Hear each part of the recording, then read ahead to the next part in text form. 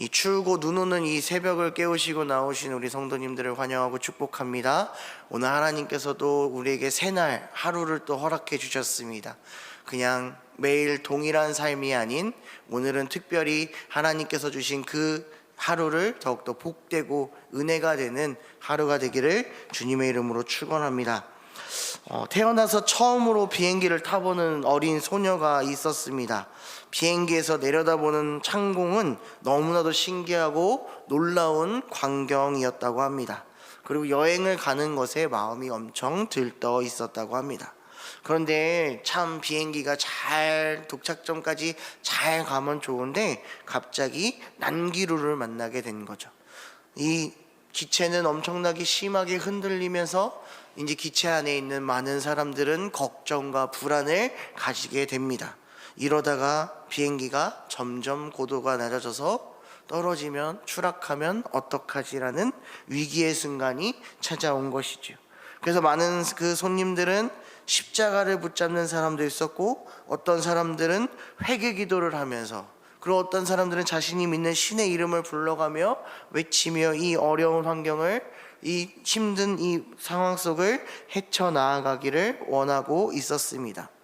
그런데 이상하게도요, 이 심하게 비행기가 요동치고 있는데도 맨 앞좌석에 앉아있는 그 처음 비행기를 탔던 소녀는 너무나도 재밌다라는 그런 표정으로 아무렇지 않게 앉아있는 거죠. 다른 승객들과는 전혀 달랐던 모습을 보여주는 겁니다. 얼마 뒤에 비행기는 다시 안정권을 찾았고 평온한 비행기 안이 되었습니다. 그리고 승객들은 소녀에게 다가가서 너무나도 이상스럽다는 듯이 물어보는 거죠. 얘야, 너는 비행기가 진동하고 무서운 속도로 떨어지는 것이 무섭지 않았니? 네, 저는 무섭지 않았어요. 우리는 무섭고 막 두려웠는데 왜 무섭지 않았니? 라고 물어보자 소녀는 이렇게 대답했습니다. 그건요, 우리 아빠가 이 비행기를 조종하고 있기 때문이에요 라고 얘기했습니다. 지금 비행기 조종하는 이 조종사가 이 소녀의 아버지였다라는 거죠. 아버지가 운전하니, 아버지가 비행기 이 핸들을 잡고 있으니 절대 문제가 없을 것이다 라는 소녀의 마음이었다라는 겁니다. 자, 성도 여러분, 우리의 삶은 매일같이 순탄하면 얼마나 좋을까요? 아무런 문제도 없고 아무런 힘듦 없이 평탄한 삶, 평안한 삶만 우리에게 부어진다면 너무나도 좋지 않겠습니까? 근데 우리의 삶은 언제나 순탄하지 않습니다. 매일같이 찾아오는 어려움이 있고요, 고난이 있고요, 고통이 있습니다. 그럴 때 우리는 무엇을 바라보고 붙잡고 계십니까? 오늘 우리가 함께 읽은 이 마가복음 8장 14절에서부터 26절의 말씀을 보면 우리가 함께 본 이 사람들에게도 각자가 느끼고 있는 문제점들, 그리고 그 문제점을 통해서 찾아오는 고난과 두려움, 아픔들이 하나씩 드러나고 있음을 보여주고 있습니다. 먼저는 어떤 문제들이 생깁니까? 예수님과 제자들이 배를 타고 저쪽 반대편으로 건너가고 있을 때에 한 가지 문제가 발생합니다. 그것은 바로 먹을 것을 준비하지 않았다라는 거지요. 오늘 말씀의 14절의 말씀에 보니까 배에 떡이 한 개밖에 없었다라고 얘기합니다. 지금 배에는 몇 명이 타고 있습니까? 예수님과 12제자가 타고 있습니다. 그러면 13명 정도는 타고 있다라고 우리는 볼 수 있죠. 근데 이 13명이 떡 하나로 배고픔을 달래야 합니다. 우리가 할 수 있을까요? 지금 우리가 이렇게 한 10명 정도, 우리가 10명 정도 모여 있거든요. 떡 한 개밖에 없는데 우리의 배고픔을 그 한 개로 달래야 한다라고 하면 굉장한 공포감과 굉장한 두려움과 고난이 우리에게 찾아올 것입니다. 근데 그런 제자들, 그런 두려움과 고난이 찾아온 그 제자들에게 예수님은 이렇게 말씀하십니다. 15절 하반절에 보면 삼가 바리새인들의 누룩과 헤롯의 누룩을 주의하라 라고 얘기하고 있는 겁니다. 여기서 보는 누룩은 어떤 것입니까? 빵을 발효할 때 쓰는 누룩, 그러한 가루를 얘기하죠. 근데 이 가루는요 굉장히 가늘고 고와서요, 빵을 만드는 그 밀가루 속에 한번 들어가면 절대로 이 누룩은 제거할 수가 없다고 합니다. 왜냐하면 너무 작기 때문에. 밀가루 입자보다 누룩의 입자가 너무 작아서 내가 잘못 넣으면 그 누룩은 절대 없앨 수 없다라는 거예요. 그런데 제자들은 이 누룩의 말을 듣고 어떻게 생각하냐면, 예수님께서 우리를 혼내시는구나. 먹을 것을 챙겨왔어야 되는데 챙겨오지 않아서 예수님이 우리를 혼내시려고 하는구나 라는 생각을 하는 거죠. 16절 말씀에도 제자들이 서로 수군거리기를 이는 우리에게 떡이 없음이로다 라고 생각하는 거예요. 이 제자들의 시간 속에, 이 제자들의 시각 속에 보이는 것은 무엇입니까? 지금 우리가 먹을 것을 준비하지 않았다. 그래서 예수님이 우리를 혼내시겠구나 라고 생각하는 거예요. 예수님의 말씀은 그런 말씀일까요? 너희들 왜 먹을 것 준비 안 했어? 지금 내가 배가 고픈데 함께 먹어야 되는데 왜 먹을 것을 준비 안 했어? 이런 문제가 중요한 것이 아니라는 겁니다. 예수님께서 말하는 것을, 예수님의 참 뜻을 알지 못하는 거예요. 그래서 예수님께서 제자들에게 얘기하고 있습니다. 너희 마음이 둔하냐? 왜 아직도 깨닫지 못하냐? 내가 그렇게 너희에게 얘기했고 내가 그렇게 너희에게 보여줬는데 왜 너희는 이 바리새인과 헤롯과 같이 이 세상의 단편적인 모습으로만 모든 것을 해결하고 나아가려고 하느냐라고 지금 예수님은 말씀해 주는 겁니다. 제자들이 볼 때는 세상에 말하는 돈과 명예와 먹을 것이 있어야 잘 살 수 있다는 것을 가지고 있던 제자들에게 예수님은 그게 중요하지 않다라고 한 번 더 알려주고 있는 거죠. 어떤 말씀을 보여줍니까? 예수님이 바로 8장 앞에 부분에 보여줬던 기적, 물고기 7개와 떡 7개와 물고기 2마리로 남성 4,000명을 먹이는 기적을 이미 바로 보여줬다라는 거죠. 누가요? 예수님께서 그 4,000명, 아니요, 남자만 4,000명이니 그 숫자가 더 많았을 것입니다. 그런 사람들에게 보리떡 5개와 물고기 2마리로 다 배불리 먹이셨다고요. 그리고 7광줄이나 남겼다고요. 그걸 누가 옆에서 봤습니까? 제자들이 본 거예요. 이뿐만 아니라 이 앞전에 어떤 일도 있었냐면 보리떡 5개와 물고기 2마리로 5,000명을 먹이는 역사, 기적도 제자들이 함께 경험했습니다.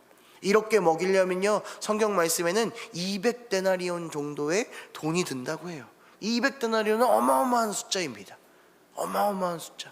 제자들에게 그런 돈도 없었을 뿐더러 그런 것들을 해낼 수 있는 능력이 없었음에도 이것을 먹이고 하셨던 분은 예수 그리스도라는 것.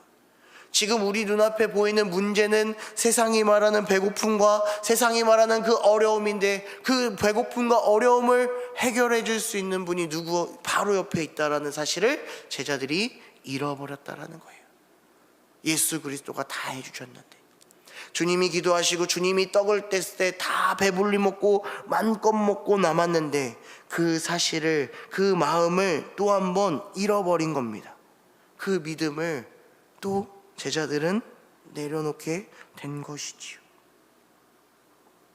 그래서 예수님께서 17절 하반절에 보면 아직도 알지 못하며 깨닫지 못하느냐라고 얘기하는 거예요.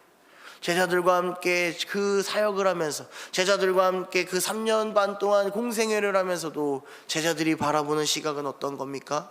세상의 기준을 계속해서 본다라는 거죠. 사랑하는 성도 여러분, 오늘 우리도 분명하게 알고 있습니다. 내 삶에서 나와 함께 하시고 나를 이끌어 주시며 내 문제들을 모두 해결해 주실 분이 계시다는 사실을 우리는 다 알고 있습니다. 그러나 우리가 그 문제에 직면했을 때는 결국 우리가 찾는 건 무엇입니까? 세상의 명예 아닙니까? 세상의 돈 아닙니까? 세상이 말하는 그 기준에서 이 문제들이 해결되기를 바라고 있진 않으십니까? 그렇다면 오늘 이 새벽에 그 제자들의 마음과 같은 그 상황이 아니라 우리는 늘 나와 함께 동행하시고 늘 나의 손을 붙잡아 이끌어 주시는 예수 그리스도를 기억하며 그분이 모든 것을 해결해 주실 것을 꼭 믿음으로 나아가는 우리 성도님들이 되기를 주님의 이름으로 축원합니다. 이후에 이제 예수님께서 벳세다에 도착했을 때에 사람들은 맹인 한 명을 데리고 나옵니다. 그리고 사람들은 이렇게 얘기해요. 예수님께서 나와 손대기를 구하거늘이라고 얘기합니다. 예수님께서 이미 많은 병자들에게 손을 대어서 기도하셨을 때 그 병자들이 다 고침을 받았다는 사실을 들었던 거예요. 맹인하면 어떤 사람입니까? 앞을 보지 못합니다. 누군가를 항상 의지해야 합니다. 그런 사람이 와서 예수님이 그 사람의 손을 붙잡고 그 눈에 침을 뱉고 안수하시며 이렇게 얘기합니다. 무엇이 보이느냐라고요. 이 맹인은요, 절대 누군가에 의존하지 않으면 하루도 살아갈 수 없습니다. 문제가 매일같이 다가오겠죠. 매일같이 고난과 역경이 그들 마음에 찾아오겠죠. 그래서 그 사람은 누구밖에 볼 수 없었냐면 내 옆에 있는 분밖에 볼 수 없는 겁니다. 왜? 내가 할 수 없으니까. 나는 아무것도 할 수 없는 존재임을 알고 있기 때문에. 그래서 예수님이 내가 하는 것에 모든 것을 믿고 따를 수밖에 없는 것. 마을을 떠날 때도 예수님께서 눈에 침을 뱉으시고 안수할 때도, 그리고 나서 눈을 뜨게 한 것도 모든 것을 예수님께 의지할 수밖에 없었던 사람이었다라는 겁니다. 아무리 옆에서 제자들이 그렇게 예수님의 기적과 이적과 말씀을 들어도 변화하지 않았는데, 이 맹인은 예수 그리스도만을 바라봄으로 눈을 뜨고 구원을 얻는 역사를 받게 된 것입니다. 오늘 우리가 이 말씀 속에 맹인과 제자들의 차이는 무엇입니까? 바로 그 바라보는 시각의 차이가 있다라는 것입니다. 사랑하는 성도 여러분, 예수님을 바라보십시오. 언제나 나와 함께 하시고 나의 손을 붙잡는 그 주님만을 바라보시는 우리 성도님들이 되기를 소망합니다. 그러면 내 문제는, 정말로 나에게 오는 그 문제는 나를 괴롭게 하지 않습니다. 나에게 고난이 되지 않습니다. 오히려 그것이 나의 믿음이 성장하는 평안함과 화평함을 우리에게 허락해 주실 것입니다. 요한계시록 1장 8절 말씀에 주 하나님이 이르시되 나는 알파와 오메가라, 이제도 있고 전에도 있고 장차 올 자요 전능한 자라 하시더라 라고 얘기합니다. 우리가 함께 하신 그 주님은 이전에도 있었고 앞으로도 있을 것이며 전능하신 분이라고 말씀해 주고 있습니다. 우리는 그 주님의 손만 잡고 그 주님이 이끄신 대로 오늘도 걸어가면 우리의 삶은 평탄함과 순탄함 속에 은혜가 넘칠 줄로 믿습니다. 오늘 그 주님을 손을 붙잡고 온전히 걸어가는 하루가 되기를 주님의 이름으로 축원합니다. 우리 함께 기도하겠습니다.